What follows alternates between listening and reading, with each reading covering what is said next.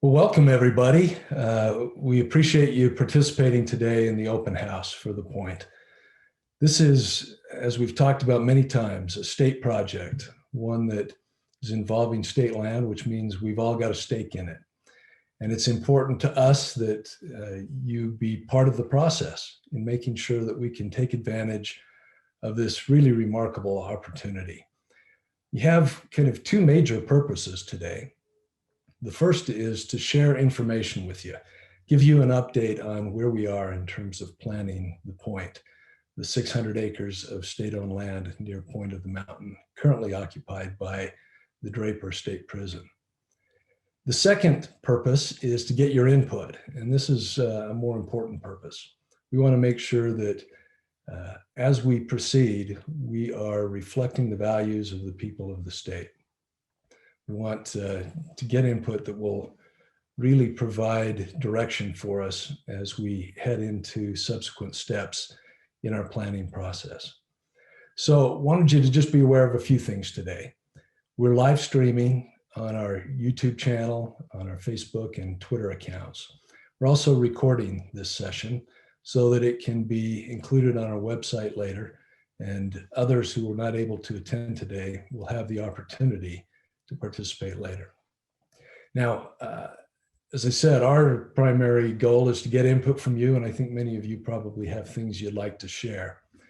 But before we get there, I know there are some that may not have full background on what's happened at this site and where we are in the process. So we want to take a minute today and share with you a little update on where we are in the process, what we hope to accomplish today. And I'll go through that fairly quickly. So our agenda today is that I will provide you a little overview again of where we are in the process. We'll then turn to our planning consultants, SOM, and they'll share with you what I think you really want to see, and that is how the current draft plan has been developed and what some of the features of that plan are. Then we really get into the heart of the matter, and that is entering into these interactive group discussions. We'll give you some instructions at the right time and give you a chance to go in and have discussions with subject matter experts on various parts of the plan, from sustainability, transportation, land use, et cetera. Then we'll reconvene, share information that was developed in each of those working groups, and then outline next steps. Let me just start by sharing a video with you that gives you some background on this project.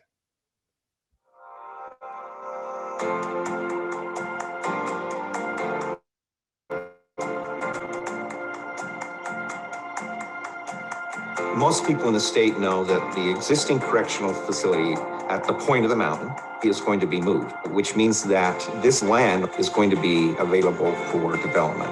That area will be known as the Point.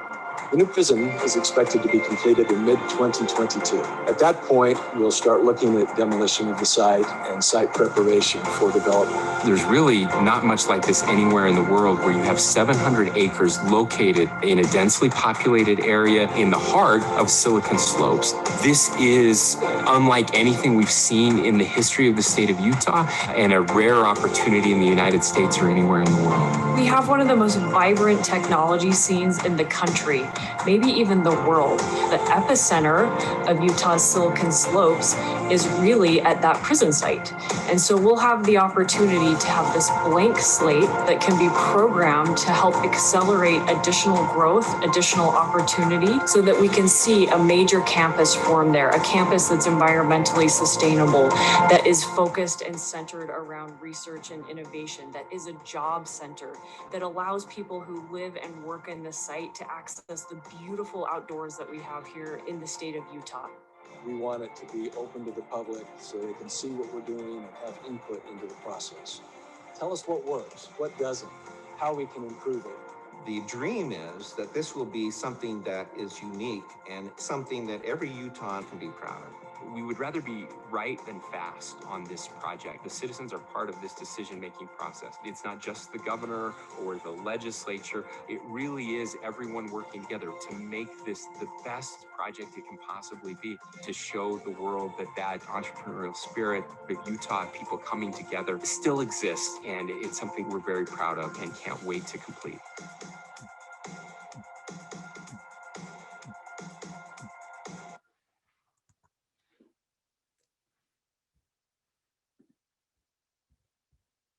All right. Well, I hope you enjoyed that video and found some information in there that's useful. This is a site that's been called really a once-in-a-generation opportunity, and it's not an exaggeration. It's so rare to have 600 acres of undeveloped land in an area that's between two very fast-growing metropolitan areas, served by a solid transportation system, including future transit, that has a great workforce, and that's right in the heart of Silicon Slopes, one of the renowned high-tech districts in the world. So this is the site, and I think you're familiar with it. We've been directed by the legislature to address a number of issues at this site. They've given us some objectives, and those objectives came from public input that was directly put into statute. We've been directed to look at workforce development and job creation, to improve quality of life in the area, to find a good mix and balance of housing and jobs, to improve air quality and reduce traffic generation, to include world-class transit, to improve air quality, reduce resource use, look at trails and natural areas and open space, coordinate with surrounding communities, and explore a nationally recognized research center. So those are the directives that we have that are guiding us. Been through quite a process involving a number of entities, but I think I'll just point out between about 2016 and 2018, the Point of the Mountain Development Commission oversaw an extensive public process gathering information on how we could best develop the Point of the Mountain region, so a broader area. The Point of the Mountain State Land Authority, which is our entity, was created in 2018. The purpose is to oversee the planning and development of that 600-acre site. We're now in the process of developing a framework master plan for the site and look forward to the days following the move of the inmates in about mid-2022 to start some work at the site and create this vision.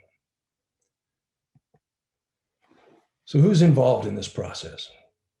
We're overseen by a board of 11. The co-chairs are the Lieutenant Governor, Deidre Henderson, and Representative Lowry Snow from our state legislature. Other members of the board include legislators, 2 mayors, the leadership of 2 state agencies, the Commissioner of Higher Education, and private sector real estate expertise. Our board's identified some guiding principles that literally guide our decisions as we move along. And foremost among those is promoting the public interest. This isn't about any individual interest. It's about making sure that we make life better for the residents of this state. And we do that by setting a standard. We hope this will be a model development, model of sustainability and thoughtful development that can be replicated elsewhere. A place that has a role in the broader region.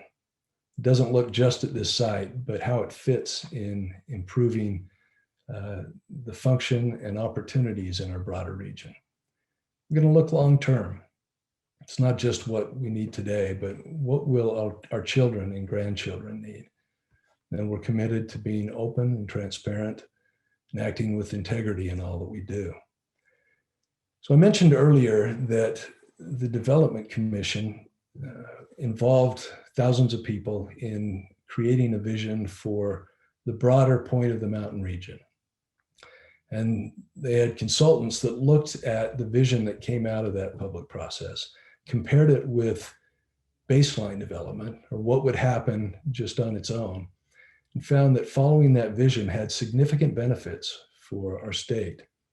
150,000 more high-paying jobs, an increase in $10,000 in the average annual household income throughout the Wasatch Front by 2050, and about $9 billion in revenues, increased revenues that can provide education, social services, infrastructure, and other things we need. I also found that by implementing the transportation strategies, we could put jobs and housing in closer proximity, reduce travel time, and reduce air emissions.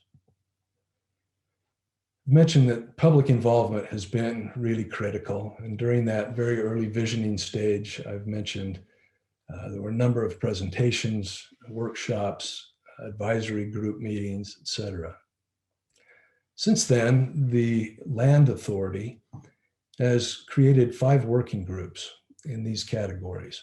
These are experts from Utah that have gotten together on a monthly basis and provided expert input into our thinking and planning and how we can optimize this great opportunity.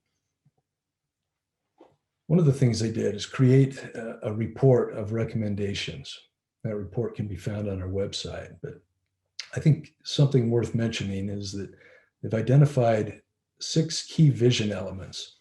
These are really priority areas that we wanted our planning team to consider as we moved ahead. And it includes creating a great community with a mix of uses and entertainment opportunities, places for people to gather, effective, efficient transportation, jobs and opportunities for our kids to have world-class careers here, innovation, where we can, through research, solve some of the problems of the world through what happens in this area. We want to be a model of sustainability and certainly want to collaborate with surrounding communities. In the last year or so, we have reached out to a number of people through surveys, through open houses, social media, a number of working group meetings, and more. But that led to the need for us to develop a framework plan for this site. Last fall, we went through a very involved process to select a planning firm for this area. We sent the notice far and wide, had responses from many of the very top international planning firms, and ultimately selected Skidmore, Owens & Merrill, or SOM. This is a terrific firm, widely recognized for their ability, and importantly, a multidisciplinary firm that really played well with us because it allows them to bring in a wealth of expertise from architecture to engineering to design, and in particular, sustainability. So we're in this process now. We're from January to this summer, we're developing this framework master plan. We've been through the first 2 stages where we've explored a range of options and concepts, analyzed them, gathered information, and now are at a point where we've got a very early draft plan for the site. We'll be sharing that with you a little bit later, and want to share it with you now so that we can get your input before we start refining that concept. Mentioned there's been extensive public participation throughout this planning process, and more to come. One of the things that we've done is created a stakeholder advisory committee, a group of people representative of many in our community, from nonprofits to planners to government officials to folks that are involved in housing and diversity issues, so that we could ensure that we're hearing a number of voices as we get into the details of planning. So here we are. As of this morning, we issued a survey that's going out to all people in the state. We'd encourage you and anyone you might direct to our webpage to participate in this survey. It'll be open until about the end of the month. We're also going to host a third open house. This is our second. The third will be on May 20th in the afternoon from 2 to 4. And again, we're going to invite anyone who's interested to come and participate in looking at how the information shared in the first couple of open houses has been incorporated and how we might proceed from here. So next steps, I've talked about it a little bit. We'll be taking information that we get from you today and at the next open house and through the survey and refining the draft plan with the goal of having a complete framework plan completed this summer.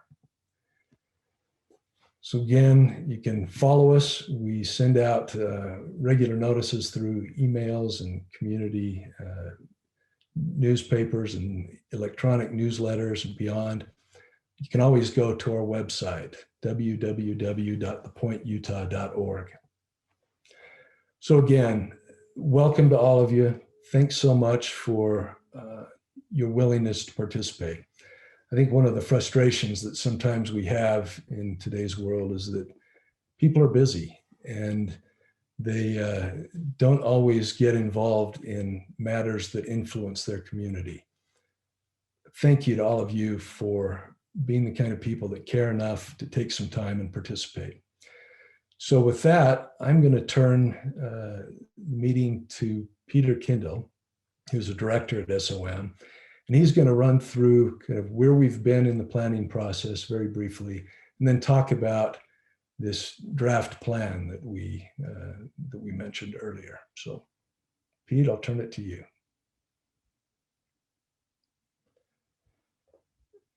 Pete, you're on mute. So.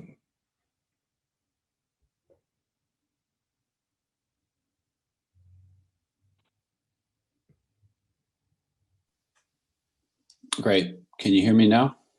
Yes, thanks. Okay, thank you. Well, thanks so much, Alan. That was a great introduction. I'd like to also introduce my colleague, Saki Mizuguchi. Will be presenting the current status of the framework plan today. And on the next slide, you can see the original 12 vision elements of the point planning process.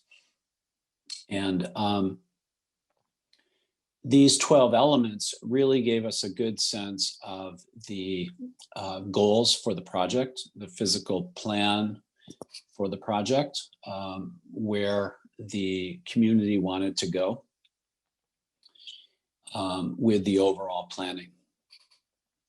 And on the following slide, you can see also the components that make up a framework plan. Now, a framework plan is simply a master plan by another word, but it is a master plan that allows for future modifications, for future change, and really is the goal is to set out the major land subdivisions of a project. So we will identify roads, development areas, and open space. The input to date has been very good, as Alan mentioned. On the next slide, we have summarized the inputs around the 6 key vision elements that Alan talked about, and I'd like to just walk through those quickly. So the first one is community, and we had quite a few great suggestions about elements of community that will be incorporated into the project. This really has to do with the notion of creating mixed use neighborhoods. Saki, if you can go to the next slide. And creating new types of places to gather. So the element of community in the master plan is critically important. The next one is transit. And because of the point's location in the Wasatch Front, the connection to transit is critically important. So we envision what we call a multimodal transportation plan that allows walking, biking, connections to FrontRunner and other multimodal high capacity transit connections, so not everyone has to drive.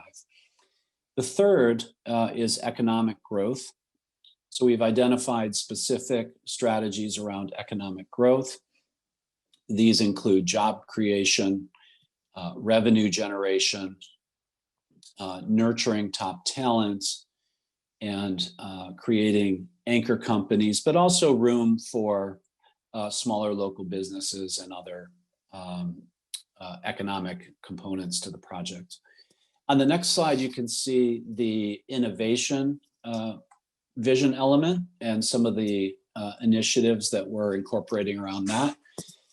Innovation is a key mandate for the project. So making sure that the physical plan, the framework plan that we're drawing is accommodating of innovation initiatives, making sure that the industries that we're planning for can be accommodated on the site. The fifth key vision element is sustainability. This is also critically important to the overall plan. So really looking at issues that are of importance to Utahns. So water management, transportation, air quality, all of the really important elements of sustainability in Utah in the 21st century. And then finally, collaboration. And collaboration is essential to the idea of innovation, the idea of economic growth and technological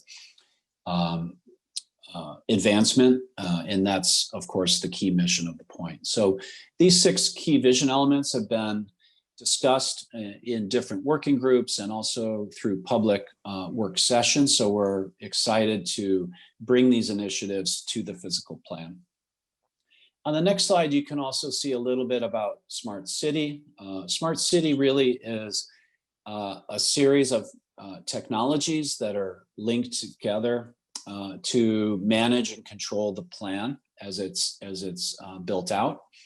And it also can provide important metrics around what type of performance we're achieving around sustainability goals. So on the next slide, you can see that input gleaned from the Smart City program can inform different aspects of both the physical design and operation of the plan, but also the larger strategic initiatives of the master plan. So all of these inputs are coming into the physical plan. And on the next slide, we will share with you, again, the physical framework plans that we developed in stage 2. And if you recall from our previous workshop in March, we had tabled 3 different concepts. So on the left, what we call complete community, on the middle, what we call the regional hub, and on the right, an economic catalyst.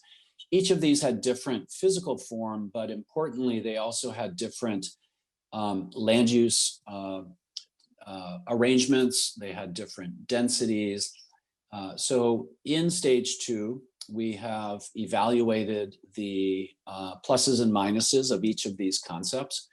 And we're pleased to say on the next slide that we have actually combined the best elements of all of these concepts into a consensus direction or preliminary direction that incorporates all the best ideas from stage 2. And we're now working on that in stage 3. So quickly to run through some of the recommendations from stage 2, on the next slide, you can see the recommended element number 1, a mixed-use business core. This is critically important to get a business core established in the plan, to establish a clear center for the project that'll be located in approximately the geographic center of the project. The next one, number 2, a cross-industry innovation accelerator. This is a fancy term for essentially an innovation district. So a place where companies may want to locate if they have a particular interest in accelerating delivery to market of innovation technologies. That will tend to be on the eastern side of the site. Recommended element number 3 is an innovation district to the south with more of an institutional focus. So we might partner with different institutions, either in Utah or elsewhere, to establish a presence here and have a more academically or institutionally focused innovation segment. Element number 4 is a land use balance. We want to be very certain that we provide both residential and commercial development here. We're still debating and discussing the precise percentage, but we know from our study of other similar projects that having a residential component here does promote that idea of a live-work environment, which is very important to the overall vision. Element 5 is what we're calling a micromobility circulator. So this is essentially an autonomous vehicle or a similar vehicle that would connect the project together. Element number 6 is a retail and entertainment destination. This would generally be located in the center of the project. We want to be able to provide retail and entertainment services to the people that both live and work here, but also the surrounding communities. This has a proven effect on the reduction of offsite travel, which is quite important to us. Element number 7 is the river to range, greenway and trail. This is probably the signature open space idea for the project, a very exciting connection between the Jordan River and the foothill trails in the Wasatch. And this site is uniquely positioned to deliver this vision because it's a slightly narrower portion of the valley. It is optimal for making this connection. Number 8, also still in discussion, but some sort of a Jordan River Community Park. This would have a recreational and ecological component to it. But again, the precise size of this is being discussed in stage 3, the current stage that we're in. So we'd love some feedback on that today from the public. Element number 9, we're calling a central park. This is pretty self-explanatory, but the idea here is to have a civic open space at the center of the project near that business hub. And this would really act as the premier gathering spot for the project. So when we say, meet me at the point, everyone knows that we're talking about the Central Park, and that's the place to go. The Central Park that we're looking at on the next slide is about 5 to 6 acres in size. You can see the Salt Lake City Public Library as a scale comparison on the right. So it would be about the same size as that block. So it's pretty substantial. Again, the programming and uses that would occur in this Central Park are still being discussed, and we'd love some feedback on that. But there you get a sense of the general size. The last 3 priority elements or recommendations for stage 3 include the pedestrian priority zones on the next slide. These are really, I think, exciting parts of the project where automobiles would be strictly limited. They may be limited to simply service roles or access to parking areas, but this is an area where the pedestrian really has the freedom to move around and go to different shops and play in the park and not have to worry about coming into conflict with cars. 11 is an idea of distinct districts. And this is an important concept for the marketing of the project, that each piece of the project can be built and marketed as a unique area, essentially a self-supporting, smaller district or neighborhood. So this is really important to this idea of discrete locations within the plan. And then number 12 is pedestrian linkages to the core. These are pedestrian only or bike and pedestrian links. Again, and the idea is that you can move through the whole project without having to travel along a street if you want to. You can walk, you can ride your bike without ever connecting to a road. And then the last element is what we call neighborhood parks. These are smaller parks that complement the big greenways and Central Park. These are more in the neighborhood of 1 to 2 acres in size. And these would be for either residents or workers in a particular neighborhood. So the last thing we wanted to present before we move into the breakout rooms and discuss is where we are on the actual stage 3 framework alternative. So with those recommendations that I just walked through and this idea of merging the best ideas into a single concept, we are doing that in stage 3. And on the next slide, you can see what we're focused on. There's really 4 important elements to the plan. Streets and mobility, open space, buildings, and then sustainability and smart city strategies. So we're balancing all 4 of these components as we think about how the plan will move forward. On the next slide, you can see the basic concept behind the land use. So very exciting mixed use core in the middle of the project. This is an idea that you can shop here, you can perhaps live here. Maybe there's a few businesses in this core. It's very walkable. To the west would be residential neighborhoods primarily. To the north would be R&D and innovation. To the east would be primarily office related functions. And then to the south would be that institutional innovation zone that I talked about earlier. When we map this onto the actual consolidated plan on the next slide, you can see how that begins to play out. And the yellow zones indicate residential areas. The blue zones indicate primarily office and commercial. And the darker red areas indicate those neighborhood hubs or those district hubs.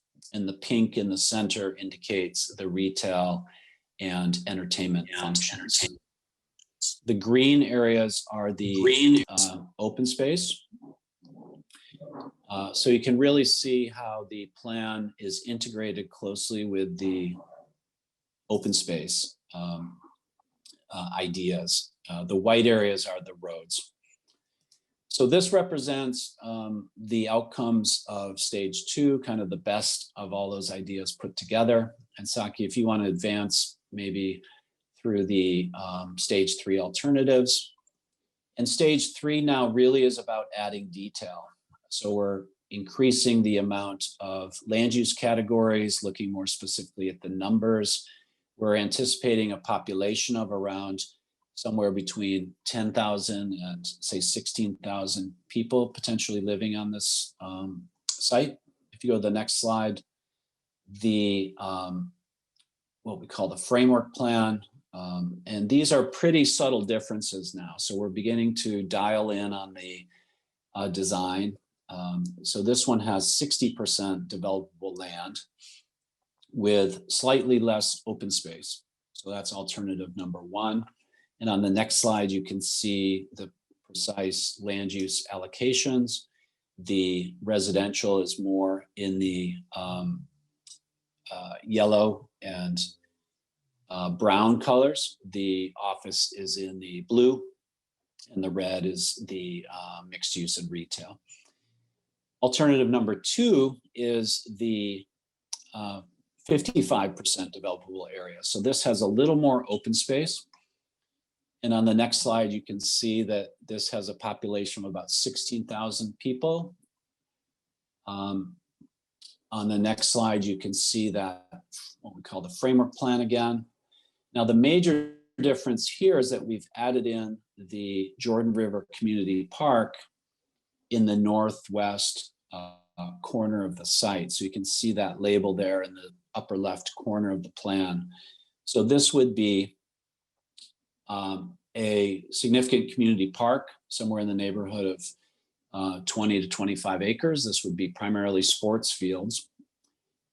that would complement the rest of the open space system. On the next slide, you can see the detailed land uses. Again, the browns and yellows represent residential primarily, the blues represent office and institutional, and the reds represent commercial and retail. The final one, the final alternative is number 3, and that splits the difference between 1 and 2. So in the first one, we had 60% developable area. In the second one, we had 55% developable area. In this one, we have 57.5% developable area. This has a population, again, of about 16,000 people. Again, on the framework plan, very similar design. And you can see that Central Park there right in the middle of the plan with, again, the Jordan River to Range Park going through the middle of the plan. So this will be a very exciting and beautiful linear open space through which you can connect to regional trails as well as the project. On the next slide, you can see the land use plans for alternative 3. And again, the yellow is residential, the blue is office, and the red is retail. And then on the next 2 slides, we've enlarged the core area. So this gives you a sense of the design and land use planning for the core area. For reference, one of those squares is about 1/4 of a Salt Lake block. So it's about 400 feet on a side. So these are pretty big development areas. This core area is about 50 acres just by itself. So you get a sense of the scale of the project. And then on the next slide, you can see some of the building footprints, that Central Park there right in the middle with the River to Range Park in the center as well. We're also in the process of collecting some reference imagery, and we'll just share a very little bit of it with you today on the next slide. Some of the ideas around retail. We're looking all over the country for the best retail examples, including in Utah. We want to create a specific Utah-based design for the buildings. So Saki, you can advance through these. So the idea is really to understand the retail mix, the heights of the buildings, not necessarily the finishes yet in a framework plan. We're really just looking at heights of buildings and design and organization of the parcels. But you can get a sense here of some of the retail attributes that we're looking for.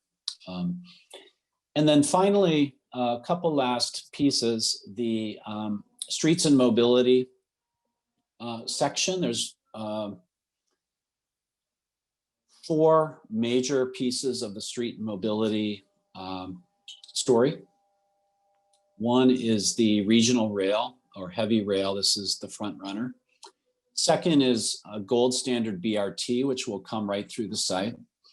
Third is a circulator that will link all of the neighborhoods together. And then fourth is a walking, biking, and micromobility strategy. We think on the next slide that the streets design and the mobility strategies are exceptionally important to the overall project. This is really where the most people will be interacting. It's the shared living room of the site. So we're looking closely at the design of these streets. And on the next slide, you can see some of the early thinking around street design. So we want to balance automobile provision. We want to make it convenient for automobiles, but we also want to make it convenient for other modes. So bike and pedestrian as well. So that's a balanced approach to mobility. And on the next slide, you can see how the street design is changing to reflect the new realities of a society where there might be more car sharing, there might be more deliveries. So instead of providing excessive parking on the street, these might be shared zones shown in the blue color. where multiple things could happen. Parking primarily will be provided on the development sites themselves, but of course there will be some street parking where it's required. So moving forward onto the open space section, we are in the process now of advancing the design of the open space. You can see the very early stages of a open space idea here. The blue represents not water, but actually stormwater management areas. There might be some water in the park system, but we don't anticipate a lot. We want to be very climate sensitive to the and make this specific to Utah. The only place on the next slide where there might be a little bit of water is where we are actively managing stormwater.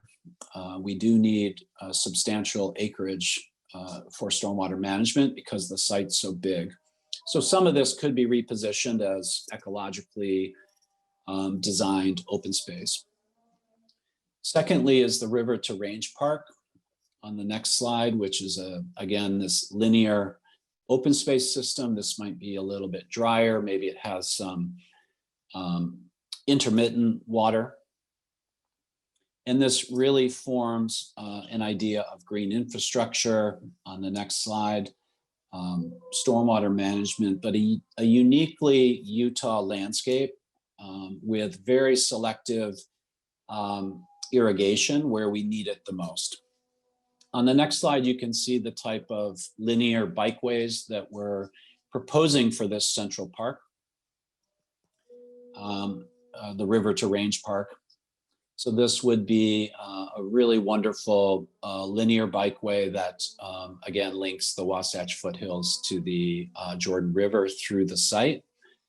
And then finally, on the next slide, the bridges over the major infrastructure barriers could be designed in a way where that connection is as rich as possible, as easy as possible, where it doesn't feel like you're on a simple highway bridge, but actually it's almost a land bridge that will jump over I-15 in particular, Bangor possibly. So a slightly nicer way to move into and out of the site on your bike and walking. So that is an overview of where we stand today on the stage 3 progress. And on the next slide, you'll see again that same, what we're simply calling the consolidated plan. It's not, it's still very much in progress. It's not final. We are looking and very much appreciative of your feedback today on all of the information that you've seen, and would love to hear your comments on the proposals that we've put forward. So Alan, I think I'll leave it there and hand it back to you. Well, thanks, Pete. We appreciate that. And it's a nice overview. And I'm going to tell you, we're excited about the planning that's been done, the concepts that have been developed. We think that they respond to the direction from the public, from our legislature. And those 13 recommended elements are items that our board directed be carried forward into the next phase of planning. So together, they create a sustainable community, a place where we can demonstrate technologies and approaches that allow us to be in harmony with nature. It's a place of innovation, a culture of creativity, a place where we can help solve some of the challenges that we have in the world. And beyond that, it's a place that can be fun, a place where you can go and have a meal at a nice restaurant, go to a concert, see some street performers, but also find places of some solitude, of recreation, get away. And so we think that that can create this sense of a community that fits in with the surrounding areas. But as Peter said, we've got a ways to go. We've got a framework here, and now we need additional help in refining it, finding what kinds of open space you like, how we should prioritize transportation, et cetera. So I'm confident that there are a number of questions and comments relative to what you've seen. And to facilitate that, we thought it would be helpful to break into some smaller groups. So we'll give you some instructions in a second, but you'll have the option of going to a group focusing on land use, one on transportation, one on sustainability, and one on trails, parks, and open space. You won't be limited to one of those. You can certainly move from one to the other, share your ideas, listen in. And Pete and I will remain in the main room for those that are watching through the live stream. And we'll be able to talk just about some general items, kind of where things are going. But if you've got specific questions on any of those areas, we'll direct you to the subject matter experts that can help you. So Muriel, would you mind just giving everybody instructions on how they can access those smaller group discussions? Certainly, Alan, happy to do that. So we have about 100 people in this virtual open house. Ideally, we would love to be doing this with you in person. Given the circumstances, unfortunately, we've opted to do the virtual. And so we want to make this as seamless as possible and provide you the most opportunity to be able to talk directly with our subject matter experts. So as Alan mentioned, here in just a minute or two, we will make available 4 breakout rooms. These are topically oriented specifically for land use, transportation, sustainability, which includes a smart cities approach, water, resource use, air quality. And if you have questions or want to know a little bit more about sustainability, that would be the room for you. And then trails, parks, and open space. We will have subject matter experts from our planning team in each of those rooms to have more of a collaborative one-on-one or smaller group discussion with you. You can jump around to different rooms and we actually encourage you to do that. As Alan mentioned, our main room will still be open and available. That's where the live stream that we've mentioned before is being shown. You'll see for those breakout rooms that they are being recorded. That back and forth in the breakout rooms is primarily for our internal team to be able to go back and make sure we're capturing your feedback. So feel free, all of you are muted with your cameras off, but feel free to unmute yourself, turn your camera on if you would like in those breakout rooms, and really engage with us. We welcome that. For reporters, I do see several of you in the meeting today. We will have a separate media breakout room, and we'll pull in our subject matter experts to field any questions that you may have for them. So we will do this for the better part of an hour. We want to make sure that you have enough time to go to each of those rooms and ask your questions. At the end of that hour, we will all come back and the meeting room facilitators will give just a brief high-level recap of what they heard from you in each of those rooms. We'll make sure to provide you with a 30-minute, 15-minute, and 5-minute warning when that 1 hour ends so that you have, again, some notification and can move to different rooms. With that, I'll go ahead and mute myself and our system administrator will open up the rooms.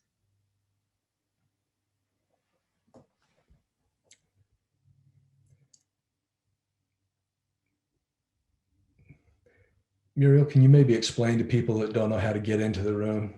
You can see along the bottom that breakout room box that just showed up. I think you can go there and identify the room you want to go to. Is that correct?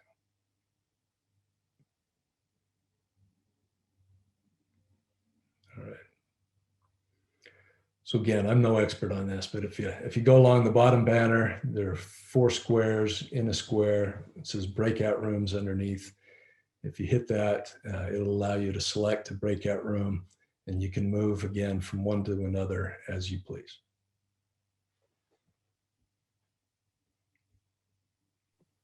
I don't see the 4 squares.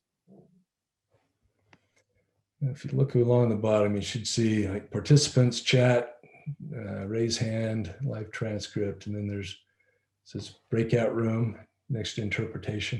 And I should have mentioned, this is being translated into Spanish as well. So you can go into Oh, Alan, sometimes you need to click on the three dots that say more, and then it will tell you you can join a breakout room as well. Okay. Depending on how large your screen is, sometimes Zoom condenses that feature.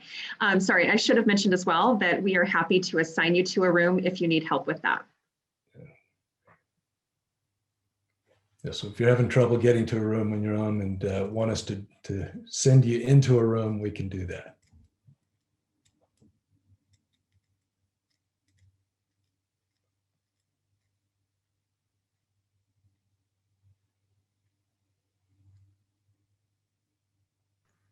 Looks like about 2/3 of our attendees have moved to a breakout room.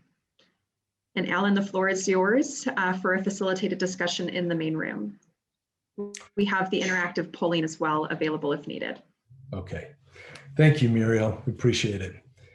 Well, those of you that want to stay in the main room, we've got kind of, I guess, a broader set of topics we can cover, including some with process or where we're heading. But again, want this to be an opportunity for some interaction. So you've listened to us maybe too long, and I apologize for that. But let's start and see if anybody's got specific questions or comments that you would like to share. And if you'll hit the raise hand function, we can call on you and make sure that everybody gets an opportunity.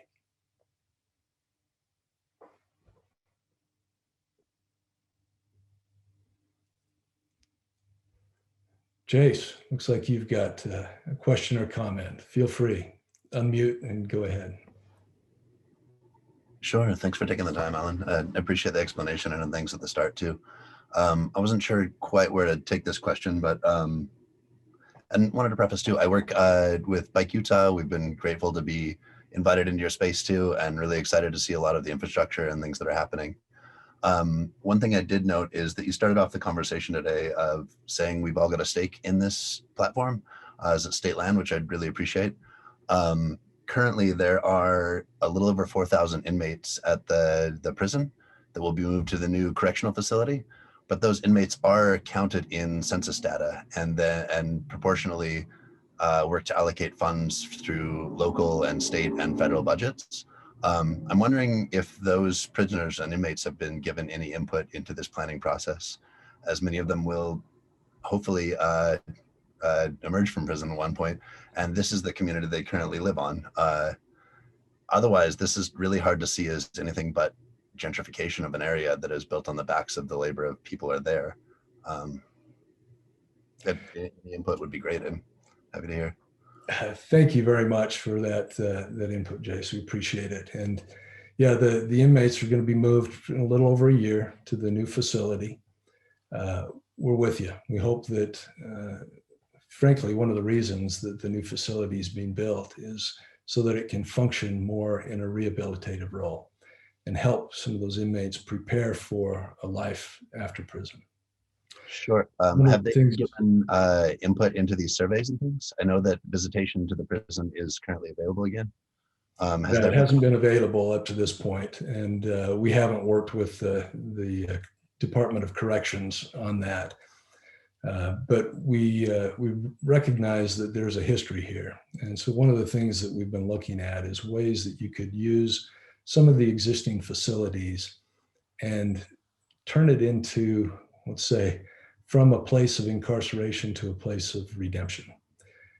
Maybe incorporate in some of those historical buildings some job training, workforce training, counseling, educational opportunities, after school programs, and the kinds of things that help those that maybe have been marginalized in our community have more of an opportunity going forward.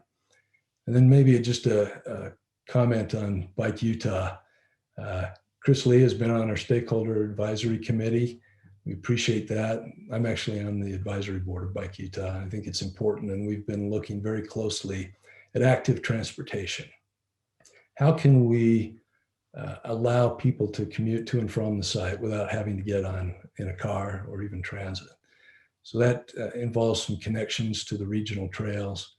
It involves internal trails and circulators so that people can get around. And so that's been an important element too. So thanks for your work there. Absolutely. Yeah. Just in response, I appreciate the thought process there with the movement, but I'm not hearing anything really concrete in the way that these more than 4,000 residents that will be moved will have any input or stake in this. Yeah, as I said, we haven't reached out to the Department of Corrections yet to see if that would be a possibility. And they, of course, would be the ones that would control that. But it's an interesting idea. Will there be housing and job opportunities that will not be predicated on a criminal history in this area as well? Because I mean, the current UCI, which is the Workforce Services, they work with data entry. They work with so many jobs in the area that are skilled and trained individuals. But unfortunately, many of the businesses that are being catered to in Silicon Slopes will not hire individuals with a criminal history. Is there anything being done on this larger scale to make sure that those people have input in this new space? Yeah, I think it's a great question. And again, you're probably way ahead of the game because we're looking at the big picture now and haven't gotten into specific programs. Our view is that this ought to be a community. It ought to be a place that's welcoming to all. It ought to be a place where all of those that would be in the workforce would be able to find housing and a place to stay. In terms of the policies with private sector companies, that's a programmatic element that I think is kind of interesting. Should we be working with private sector folks that would come in the future and finding ways that they can employ some of the folks that have been incarcerated? And I think it's a terrific idea. I really like it. But you're currently at the zoning phase, which would have a major impact on how housing looks, whether it's low-income housing or anything in the area that's put in. Unless you're taking these ideas on now, they're going to be lost and told that we should have done them at the start, as with almost every other housing project happens. Thanks, So, Jason. No, they are I really like this concrete stuff out of this. Yeah, we're actually discussing it at our next board meeting. And so this is an element that we think is important, that we have a range of housing opportunities for people. And there are a number of strategies that can be implemented there. As we talk about housing, this isn't really a zoning process, but it's akin to a zoning process. And you're right, we're not going to wait till the end of the day, but at the framework planning stage, we don't have specific housing types identified yet. But that'll come through the next couple of phases. And that's actually something that we're seeking input on today. That's why we're having this meeting. And you've provided some, I think, really some interesting ideas and some input that can feed into the board process as we look at the housing types, who would live there, what opportunities would be available to them. Sure. Okay. I just have some major concerns because similar boards, such as where the prison will be relocated to, have been obstinate, to say the least, if not aggressive and hurtful to the communities they represent. And so I'm worried that this board will become the same if major alterations don't happen from the start. Yeah, well, that's not the intent, and I think you've provided some really good ideas to think about. So appreciate that, Jace. Cool. I'll hold you Jace, to to it. build on what Alan said, our survey is open to the public, including inmates. But I think your feedback is well taken. We've coordinated with, the Department of Corrections on physical aspects of the site, and would be happy, I think, to reach out to them to see if there's a way to ensure that, inmates also have an opportunity through our public process to weigh in. Cool. How can you make that public based on these interactions? We're public now. We're public No, now. I mean, that coordination with the corrections facilities, can you make those interactions public and well known? In terms of like us coordinating with them, I'm certainly happy to coordinate with Alan and the board to see, what that looks like. I mean, again, what we do is open to all, including taking that survey, engaging in our virtual meetings. So yeah, we can definitely keep you apprised of what we're doing. Yep, happy to do that. And as I said, surveys are open to everyone. Access to the inmates is determined by, it's kind of outside of our hands. But thanks. We can certainly ask. Cool. Can Nate, you commit to you've making had that your hand raised for a while. I know you just muted me. Can you commit to making that public information with your interactions with the inmates and the prisoners? Otherwise, you're going to We'll share that with you. Not me, the public. Okay. Yeah, Gotcha. fine. Thank you. Thanks. Yeah, we've been committed to openness and transparency, and every single one of our meetings is recorded. Every single one of our meetings is on our website. Every single one of our meetings has notes taken and it's on the website. Every one of our meetings is live streamed in real time. So that's been the effort. I'm sorry, Nate, you've been waiting patiently. Oh, that's okay. That's okay. Hi, I'm Nate Ray. I am the lead pastor of the Front Church. And this is my daughter, Rosie. I got a dad day today. And so Plato wasn't keeping her distracted long enough. But my question, and maybe honestly, I don't know much that is involved in kind of phases of planning. I've been trying to keep up with the point. A lot of exciting things that I've heard today already, but I didn't know with regard to the zoning phase, if there are plans for kind of with community, are there plans for different religiously zoned areas? What does that kind of look like? I know that we are in an area that there's more and more religious diversity, and I didn't know what kind of how the point might be looking to address that or zone for that when you have between 10 and 16,000 new residents moving into this area. That they're going to need to be at least a few church options for them. And so I was wondering if you could speak to that or kind of tell me when you begin to talk about those things. I would love to be at least a conversation partner as that gets closer, but that's kind of me rambling and a question about religious diversity in this area. Thank you, Nate. I think that's a great question, and it's an important one. And as we talked earlier about creating a place of community, a place that's welcoming, certainly religious institutions are going to be a part of that.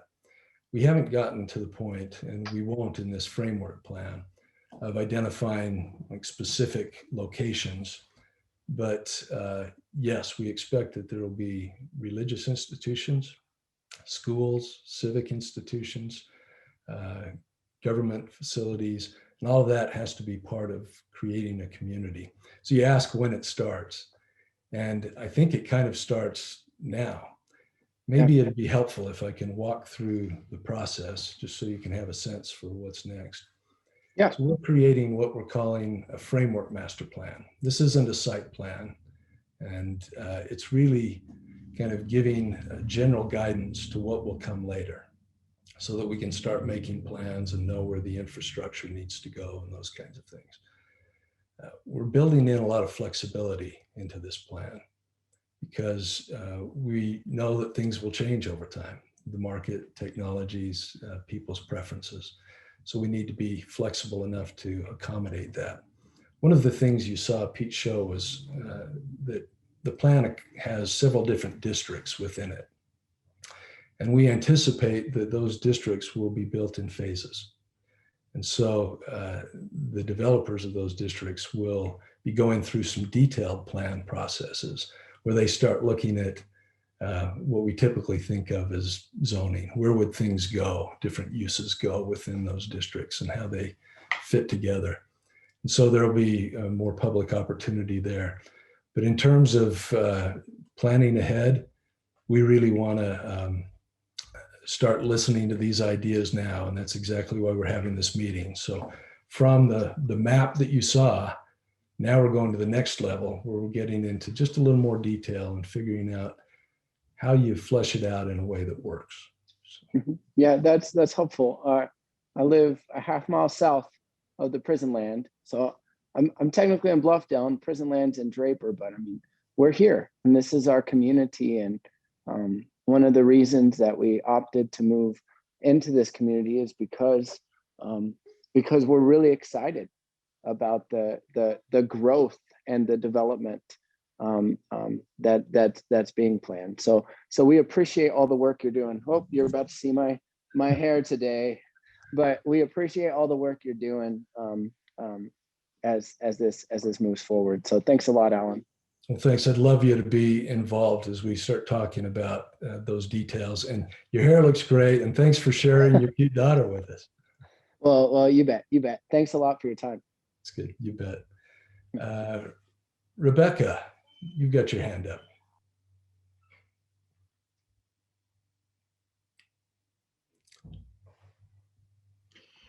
Just a note, Alan, Rebecca messaged us that she's having difficulty with her audio. So we'll try and work directly with her to get that enabled. If there are other stakeholders who have questions or comments, perhaps we move to them. Yeah, absolutely. Oh, there you are. Can you hear me? I can hear you. Go ahead. Right. I phoned in, I did the phone. So I was wondering about if there was going to be commercial real estate in the mixed use district core. Is that the mixed use? Well, mixed use typically refers to a mix of commercial, entertainment, housing. And so you're asking specifically if there will be businesses that do commercial real estate in those areas?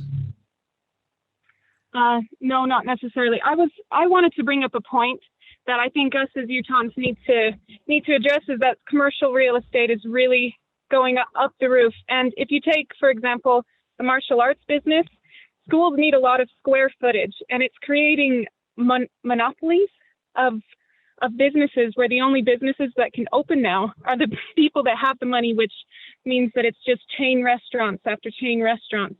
And I was thinking there should be a lottery or a competition of some kind for these small businesses that don't own chain restaurants, but they have a good service, and some kind, maybe one or two places with a lot of square footage, or even just a little bit of square footage. Because right now I've seen a price that's $4,000 per month for a 1,200 square foot floor plan, and it's just crazy. I was wondering about a lottery of some kind, that some lucky small business maybe could open under the conditions of cheap rent. No, that's an interesting idea, Rebecca. And I think you're speaking to kind of a bigger point, one that's really important. And that is, what do we want this place to be? And actually, you've touched on one of the questions that's in our public survey. What kind of commercial are we looking for? And I think that there are going to be many that want to see kind of organic, local, small businesses have a home here, that make it feel more like a community and a main street. And so one, I think you've got to talk about how you make the opportunities available. And the other piece, as you mentioned, is the affordability, so that it doesn't just go to the high bidder. So I think those are really, really good points. We haven't thought of a specific lottery in that sense. And as I said, we haven't even started marketing the site yet to anybody, but that's a point that we want to capture to make sure that presence. Well, I'll be interested going forward. Thank you for taking my question. Well, thanks so much for sharing. Appreciate your participation. Ryan Hunter, you got your hand up. Thanks, Alan. I was just wondering, as I think about this project and the state's responsibility here, are we, from what I gathered, the numbers look like something maybe 2 to 1 as far as job creation to residents at the site. And I worry if we're not thinking about that ratio all the time as we plan the land use, we might be exacerbating our affordable housing issues in the state. And I think that's, as the state, we need to be helping this problem and not making it worse. So I think as we make decisions about land use, we really need to keep that in mind and make sure that we're not creating jobs that we don't have space for the workers when we're sitting at 3% unemployment. So every new job is housing pressure at this point. That's a huge issue in our state right now, isn't it? The availability, and then related to that is the affordability of housing. And it's a real issue. And it's, as I said, it's one that we've been talking about We've been working with some of the housing advocates in the state, and we'll continue to explore strategies to address that. The schemes that you saw, those little concepts that we shared earlier, have roughly 40 to 50% residential mix on the site. And as we've looked at successful innovation districts and communities around the country and around the world, it's been one of the key takeaways is you have to have a good residential mix, place for people to live and work. And another advantage of that is that it minimizes the offsite traffic. If people can access all that they want at the site, they don't have to go somewhere else to get it. And so SOM, maybe Pete can talk about this a little bit more, but this concept that's been driving us of a 15-minute community. And Pete, would you kind of weigh in and share a little bit about that concept and some of the things it might do for affordability in terms of transportation and housing, as well as meeting needs? And real quick, when you talk about that, is that 40 to 50%? Is that square footage or is that land?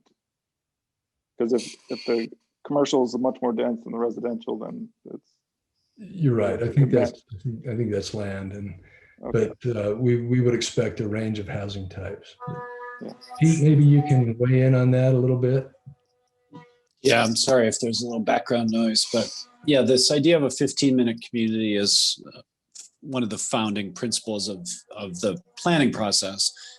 The idea that we can provide a live-work environment within a short walk or bike ride of a particular job location. So, but you're correct. There is about a 2-to-1 ratio of residents to workers, maybe slightly closer to 2.5 to 1. So there will be people coming in from offsite. So we're looking at ways to mitigate the impact of that offsite travel, one of which is a BRT connection directly to the front runner station at Draper. So the idea really is to create this walkable community, this complete community where you could live and work here. And then secondly, for those that work or live elsewhere, but choose to live or work here, facilitating a really clear and easy connection to other parts of the Wasatch Front. And then finally, for those that don't have either of those first two options, a road network and a mobility network that's connected to the surrounding grid system. So there's many options for how to move around. But yeah, those have been important constraints and considerations as we've been advancing the plan. And I'll just say one of the considerations is if you talk about affordability, you kind of have to look at it in terms of household affordability, of which housing is a critical piece. But if we can design a community in a way that people don't need or want a second vehicle, maybe that can save $10,000 or $15,000 a year, that then makes the housing more affordable. And so it's a matter of looking at affordability from a big picture standpoint, as well as the specifics of housing. Really good points. Yeah, thanks, Ryan. What other ideas do you have? What are things that you'd like to see that you didn't, or ways that we can make this more reflective of Utah values and function better?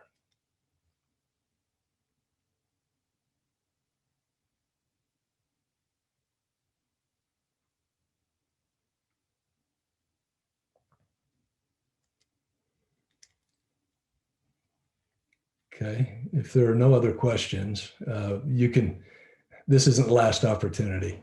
Certainly feel free to share other ideas and questions as we go. One thing that we could do is, number one, I'd invite you to go to any of those breakout groups so that you can ask some of the subject matter experts about those specific areas of land use, transportation, sustainability, trails, parks, and open space. Or if you'd like to stay here, I think we're going to use some of the questions that we've included in the survey that was issued today. A little different format because we're over Zoom. We can go through that, and those who are listening in are welcome to participate, give us some feedback on those ideas, and that can lead to some further discussion as well. Well, thanks to all of you. I appreciate your participation, your ideas, really good input. We've taken notes, and we'll make sure that we're responding and considering all of those things as we move forward. So let's close that poll. I think we'll welcome everybody back in a minute, give everybody a minute to join, and then continue.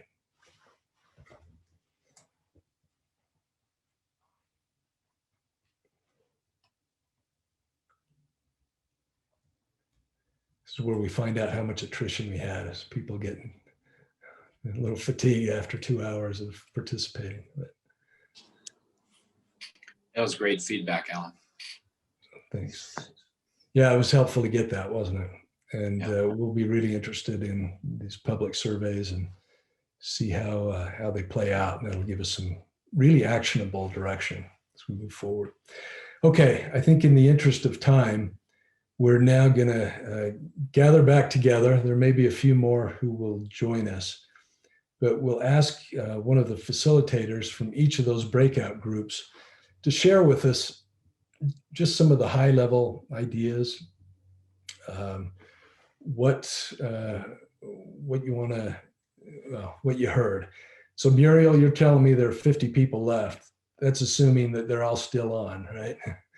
And so have we still got some breakout groups that are actively visiting? Nope, everyone's back in the main room. Okay, all right. Well, then we'll move ahead and again, just take a few minutes to give maybe 3 or 4 of the big ideas that you heard. So let's start with our land use group. Which of the facilitators for that land use group is going to summarize what you heard? That would be me. Saki, thank you. Sure. So we had a great discussion with lots of questions. A lot of people were curious about mixed use, about the density and breakout between job and population creation. Also about different housing typologies, including affordability. Also about starting to thinking about building aesthetics, as well as accommodating different types of businesses to the point. And then Aaron and I were curious to know what people would like to see on the site. And we had a lot of great ideas, like having a place for July 4th, somewhere to celebrate the different seasonal celebratory events, potentially hosting a part of conferences or satellites for universities. And I personally like the phrase creating places for experiences, and really being able to take advantage of the site and where we are in Utah. Love it. Yeah, thank you. That's really good feedback. A lot of those things we've discussed, some of those ideas kind of put a little finer point on some of the concepts that we've looked at, and love it. Really good feedback. Those are things that our planners just love. They get all these raw materials of ideas and can try to make them work on the site. So thank you. All right, our transportation group.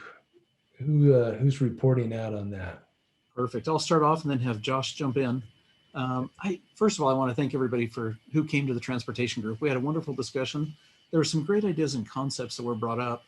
I'll have Josh summarize those, but a couple of the quick ones were looking at the block sizes and just the importance of those block sizes in the walkability of the site. And so talking about making them smaller to encourage more walkability through the site. Safety, talking about schools and leaving the schools in further away from the large transportation corridors, really keeping them in the residential areas. Josh, can you continue on? Yeah, of course. We had some great input from Patty Garver from UTA. She talked about the BRT system, how it's going to tie in down to Lehigh. There were some questions about that we had. There were some discussions about the corridor going through the project, how it could potentially be pretty large based on the traffic volumes. Depending on how large it is, people were saying, it could be divisive, and they want to make sure that it's not too divisive, and that we be careful what land uses we put by it, such as schools. We want to make sure they're not too close to it, and other things like that.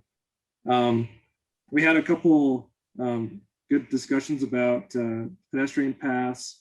Great idea about the power corridor going through the project, how potentially that could be turned into a pedestrian feature. It's sometimes it's not the best part of a community, but we could make it a good thing and have it be a good corridor for pedestrians. A lot of great insight from UDOT employees about the frontage roads, how that's going to tie into the surrounding area. And some discussion about the crossings over I-15, how, potentially just to maximize the investment, maybe we make those multimodal with all vehicles being allowed. So those are some of the key points. Yeah, really good insight. There's a lot of thought that's gone into those ideas. Transportation is going to be just fundamental to the success of this area, not just the site, but the broader area. And so we appreciate the partnership with the transportation agencies and appreciate those really good ideas from participants today. So thank you. Sustainability. Who's reporting from that group? Justin, if you like, I could report out. Hi, I'm Arthi, everyone. We had a great group. Just a few people came in. I think they were pretty excited about all the other rooms. And some of the comments included thinking about affordability in housing, which has been a hot topic of conversation. So great comments. Also thinking about the spectrum of energy efficiency measures that we could have. So from central plant, building efficiency, on or off-site solar. One comment that came up that we haven't actively been thinking about, but was a great comment, was around a microgrid. There was also Samantha who came by and also talked about, let's not just talk about efficiency, but also the social side of sustainability, bringing that up. And so Justin and I discussed some of the items that we've been talking about that are baked into the plan, including mixed use, walkability, having the core potentially be totally pedestrianized if we can have that happen. But also Samantha brought up rightfully the importance of job creation. And so how we could leverage that and think about that further as the project develops. And particularly for certain areas. So, who could work here, who might benefit from working on the project. And again, that was something that we've only started thinking about, but it was really great to hear. And then we also had a team member who was doing some foundational work on air quality before the design started. And I think one thing that Justin and I just noted in general is we really appreciate all the team members that came through, the stakeholders and community members. The level of intelligence around the questions was really high. The commitment and engagement in the plan itself, and we really appreciated it. I mean, the comments really got us thinking, and we had a great conversation, Justin and I, after people left the room, just about how we can improve the design work to help facilitate all of the great comments. So thanks everyone for stopping by.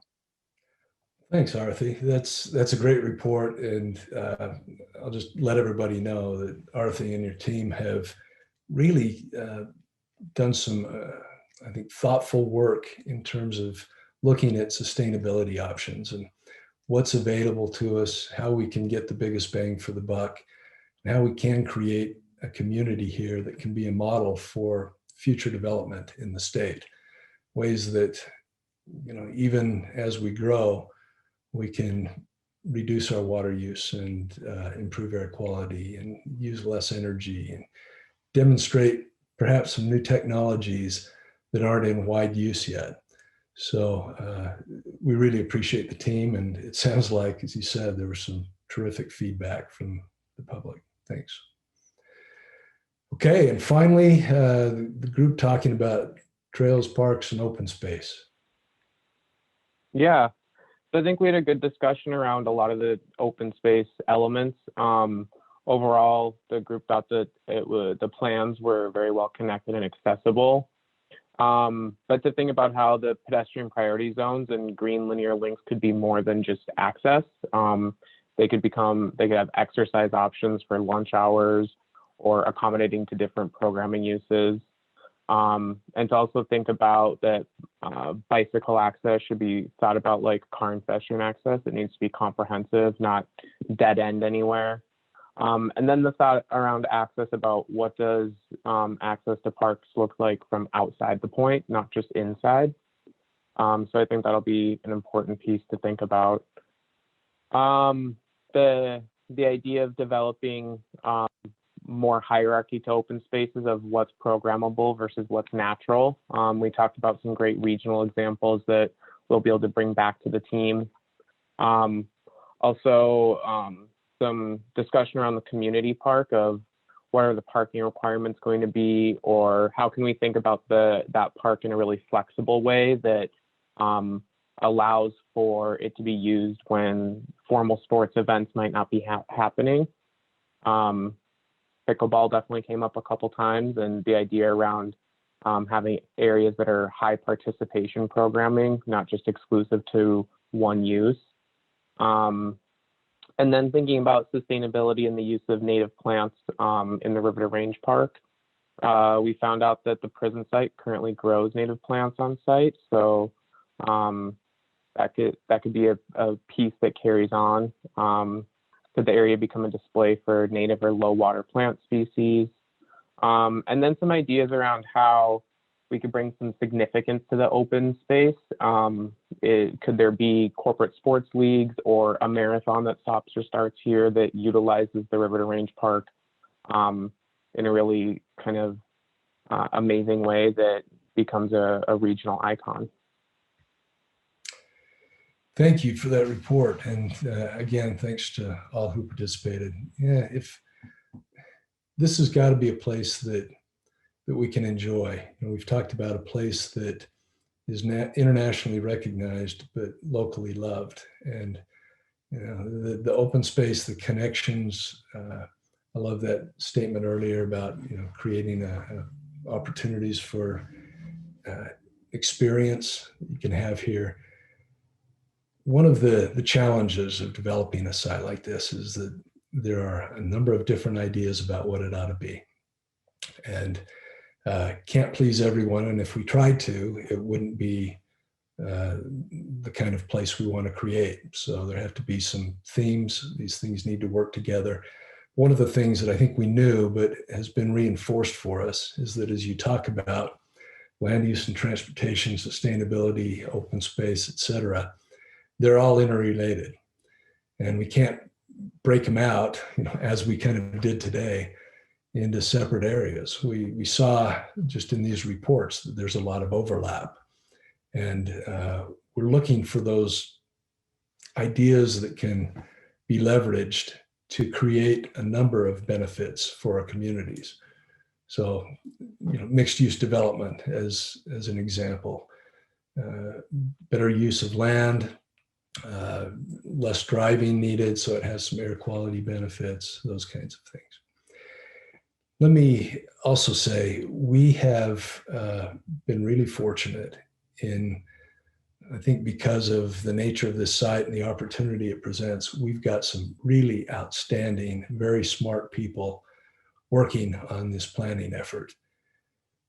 But the reality is that despite all of their education, experience, and thought, when we have these public meetings, we hear new things. We get new ideas and helps us see things in different ways. And so again, to all of you, thank you for sharing your time and your thoughts with us. That's all we've got in our program today. But if anybody's got additional questions, we've got another roughly 5 minutes. And if you want to stick around, I'm happy to try to answer some of those questions in the next 5 minutes or so. But for everybody else, our thanks. Remember that there's the survey you can participate in, get others to participate in, and the next open house on May 20th from 2 to 4.